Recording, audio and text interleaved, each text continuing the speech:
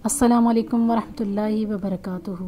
तो व्यूअर्स, जैसा कि थंबनेल पर आपने देखा कि अब्दुल कुद्दूस को की टांग में चोट कैसे लगी और कैसे उसका पाँव टेढ़ा हो गया और कितने दिन वो चिल्ड्रन हॉस्पिटल में रहा और वहाँ पे क्या क्या मसाइल, किन मुश्किलात का हमें सामना रहा, इस सब के बारे में आपके साथ आज शेयर करने वाली हूँ। मुकम्मल आपके सवालों के जवाब देने की कोशिश की जा रही है। तो वीडियो को स्किप किए बगैर आपने वीडियो को लास्ट तक देखना है। जो न्यू व्यूवर्स हैं, जिन्होंने अभी तक चैनल को सब्सक्राइब नहीं किया है, वो चैनल को सब्सक्राइब कर लें और साथ में दिए घंटी के निशान को भी दबा दें ताकि वीडियो का नोटिफिकेशन आपको आसानी से मिलता रहे। तो व्यूवर्स, चलते हैं अपने मौजू की तरफ। अब्दुल कुद्दूस जब 2 साल का हुआ और 2.5 साल के करीब था बल्कि, तो अब्दुल कुद्दूस के पापा तब वापस आ चुके थे और हम लोग साहिवाल में रहते थे। वहाँ से हम लोग इधर दादी घर इसके आए हुए थे, अब्दुल कुद्दूस के दादी घर मतलब फैसलाबाद में। तो व्यूअर्स, मैं आपको ये बता दूं कि मेरे जो अम्मी अब्बू हैं मायके वाले वो साहिवाल के हैं और जो ससुराल है वो फैसलाबाद तांदरा से, ठीक है। तो हम लोग उधर वापस चले गए ईद मनाने के लिए। हम लोग वहाँ पे गए हुए थे और वहाँ पे रिहाइश पजीर भी थे। तो वहाँ से हम साहिवाल आने लगे थे ईद के तीसरा दिन था शायद। तो वापस आ रहे थे तो रास्ते में जो है ना, जब हमने साहिवाल के करीब पहुँचने वाले थे तो हमारा जो गधा है ना वो अचानक से भागता हुआ कि पता नहीं किस तरह, हमें पता नहीं चला, वो हमारी बाइक के अंदर लगा। तो अब्दुल कुद्दूस आगे बैठा हुआ था। हम लोग फ़ौरन से नीचे गिर गए और नीचे गिरने के बाद अब मैंने उठाया इसको और फिर इसकी जो टांग थी वो टैंकी और वो बाइक का जो अगला हिस्सा होता है उसके बीच में आ गई। तो इसकी बस घर पहुंचते पहुंचते तकरीबन आधा घंटा हमें लग गया घर पहुंचते पहुंचते इस हादसे के बाद। लेकिन इसकी टांग जो थी वो स्वेल होती जा रही थी। बाहर से कोई चोट का निशान नज़र नहीं आ रहा था, लेकिन अंदर इंटरनल ब्लीडिंग हो रही थी जिसका हमें पता नहीं था। तो वो ब्लड निकल रहा था अंदर काफ़ी ज़्यादा। तो उसकी वजह से ना जो टांग है ना, पिंडली का जो गोश्त है ना घुटने से नीचे पाँव तक, ये स्वेल होता जा रहा था और बहुत ज़्यादा स्वेल हो गया। आखिर रात का 1-2 बजे का टाइम था। कोई हमारे घर में नहीं सोया था। नानी, मेरे अब्दुल कुद्दूस की नानी, नाना, मैं, उसके पापा, हम सब मतलब इस परेशानी में बहुत ज़्यादा परेशान थे। और इसके जो टांग थी ना उस पर बुलबुले से बन गए और वो ना प्रेशर से वैसे मतलब फटना शुरू हो गई स्किन। तो वो फट गई सारी स्किन। दूसरे दिन हम बहुत सारे प्राइवेट हॉस्पिटल में लेके गए साहिवाल, लेकिन किसी ने एडमिट नहीं किया। कोई कह रहा है कि इसका जल गया, कोई कह रहा है जी हमारा बड़ा डॉक्टर नहीं है, कोई कह रहा है जी इसकी सर्जरी होगी, कोई कुछ कह रहा है। खैर, हम 2 दिन तो हमने साहिवाल के हॉस्पिटलों में लगा दिए, लेकिन फिर एक हॉस्पिटल था, अल्लाह ताला उसका भला करे, आज भी मैं उसको याद करती हूँ, अल्लाह ताला उनको लंबी उम्र दे। उन्होंने हमें ये एडवाइस किया, वो भी प्राइवेट ही हॉस्पिटल था। उन्होंने कहा मैं चाहूँ तो इसकी सर्जरी कर सकता हूँ, लेकिन आपका बच्चा जो है वो सीरियस है, आप अपनी ज़मीन और जायदाद जितनी भी बेच भी देना तब भी इसका इलाज मुमकिन नहीं है। आप इसको चिल्ड्रन हॉस्पिटल में ले जाएं, वहाँ पे इसका जो है वो प्रॉपर इलाज होगा। तो व्यूअर्स, आखिर हमने कुछ सामान लिया और अब्दुल कुद्दूस को हम उसी हालत में लेकर हम आ गए चिल्ड्रन हॉस्पिटल में हम फ्राइडे को आए। तो आगे से सैटरडे संडे तो आपको पता है हॉस्पिटल में काम इतना नहीं होता, डॉक्टर्स नहीं होते।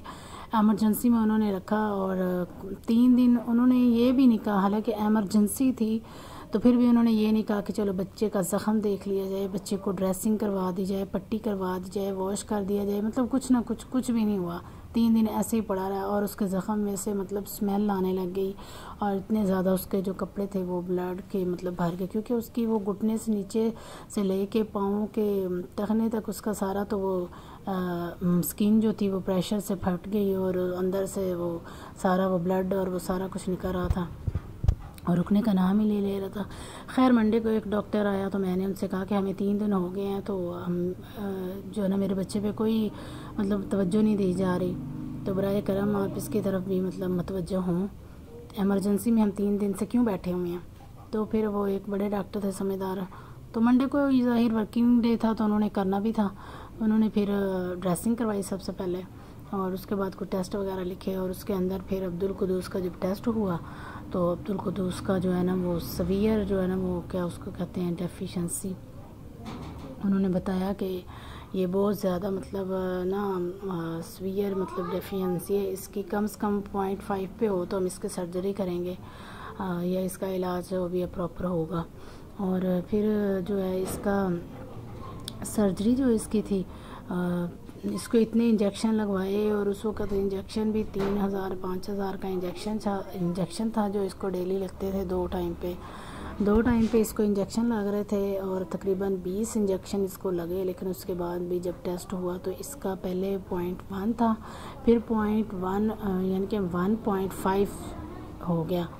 तो इतना फ़र्क पड़ा तो उन्होंने कहा कि नहीं इसमें हम सर्जरी नहीं कर सकते। अब इसकी हालत टांग की ये थी कि इसका जो घुटने से लेकर नीचे वाला ये तो जो टांग के अंदर हड्डी का जोड़ होता है ना, अब मैं इसके अंदर वो दिखा नहीं सकती। पहले मैंने वो चोट दिखाई थी तो उन्होंने कहा कि इस तरह की जो पिक्चर या वीडियोस नहीं लगाते, वाईटी की पॉलिसी के ख़िलाफ़ है, तो इसलिए फिर मैं ऐसे ही बना रही हूँ। तो ये आपको टांग इसकी नज़र आ रही है, ये सारी सिर्फ हड्डी अंदर से नज़र आती थी।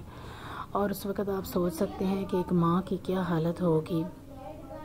तो व्यूअर्स बहुत ही मुश्किल दौर था, मेरा तो दिमाग ही काम करना छोड़ गया क्योंकि हमारे मतलब 3 बच्चे थे, एक अब्दुल कुद्दूस से छोटा था और एक बेटी अब्दुल कुद्दूस से बड़ी थी। बेटी जो थी वो तायाबू के घर थी और जो बेटा था वो नानी के घर था और हम लोग हॉस्पिटल थे। और इस मामले में हमें तकरीबन 15-20 दिन हो गए, तो बहुत ज़्यादा मतलब परेशानी हो रही थी क्योंकि छोटा भी वो बहुत छोटा था।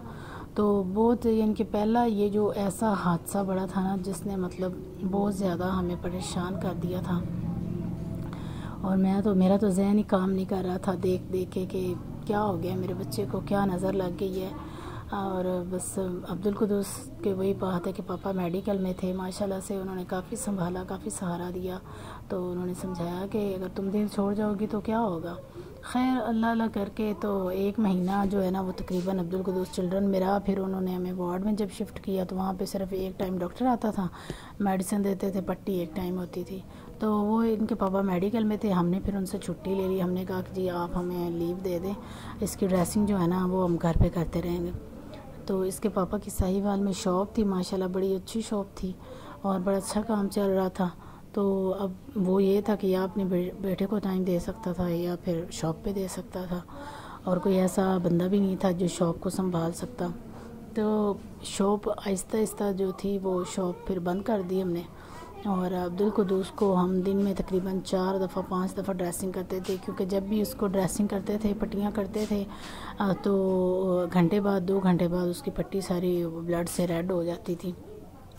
तो दिन में तकरीबन 4 दफ़ा भी हमें जो है ना उसकी ज़ख़म की जो ड्रेसिंग वो करनी पड़ती थी। इस तरीके से करके तकरीबन हमें 6 महीने हमने जो है ना इसके ऊपर बैठ के मतलब तवज्जो इसको दी, इसके ज़ख़म को। इसके पापा मतलब सारा कुछ छोड़ के बैठे रहे हम लोग, क्योंकि घर को भी देखना था और मैं माँ थी, ज़ाहिर घर को भी देखना था। फिर बच्चे को मैं इतना कैसे देखती, फिर उसके पापा भी मतलब घर पे ही। हम 6 महीने हमने जो है ना इस बच्चे की मतलब ना केयर की बहुत ज़्यादा हमने। आखिरकार इसका ज़ख़म बंद हो गया और एक दिन ये अपने पाँव पे मतलब खड़ा हो गया। तो वो जैसे भी नया खड़ा होना स्टार्ट हुआ ना ज़ख़म के बाद, तो इसके बस स्किन अभी नाजुक थी, तो नीचे इसके पाँव के छाले बन के फिर वहाँ से ब्लड निकलना शुरू हो गया। फिर वहाँ पे पट्टियाँ करके मतलब 1 साल से जो ना मुझे जो अरसा 1 साल से अब हमें अरसा लग गया इसकी टांग ठीक होने में। ठीक हो गई इसकी टांग, हल्का फुल्का चलने लग गया, वॉकर का इस्तेमाल होने लग गया, लेकिन मुकम्मल अभी ठीक नहीं हुआ था। लेकिन अल्हम्दुलिल्लाह अल्लाह ताला ने बचा लिया। और इसकी जो टांग है फिर चलने की वजह से फिर हड्डी अकेली थी तो उस वजह से टेढ़ी हो गई। अब डॉक्टर्स कहते हैं कि इसका ऑपरेशन हो सकता है, लेकिन ब्लीडिंग होने की वजह से इसका ऑपरेशन भी नहीं करवा सकते। तो इस वजह से अब इसकी टांग टेढ़ी है और हम लोग इसका इलाज भी नहीं करवा रहे, और इलाज महंगा भी बहुत है। तो ये सब मामलात इसकी टांग का हमारे साथ जो है ना वाक़या पेश आया है। तो वीडियो को ज़रूर लाइक किया करें, बड़ी मेहनत से बनाते हैं और ये चैनल इन बच्चों के लिए है। और ज़रूर लाइक किया करें, शेयर भी किया करें, और हमारी जो है ना इस ज़िंदगी का आप हिस्सा बने। ये एक नेकी है, इस नेकी में आप भी अपना हिस्सा डालें और जो न्यू व्यूअर्स हैं जो चैनल को सब्सक्राइब कर लें। नेक्स्ट वीडियो में इंशाअल्लाह मैं आपको बताऊंगी कि इसके बाद अब्दुल कुद्दूस के साथ कौन से मामला जो है ना वो पेश आए। मैं तो आप लोगों के साथ ये शेयर नहीं करने वाली थी, लेकिन आपकी रिक्वेस्ट पे ये सब मैंने वीडियो बनाना शुरू की है। मिलते हैं नेक्स्ट वीडियो में, तब तक के लिए अल्लाह हाफिज़।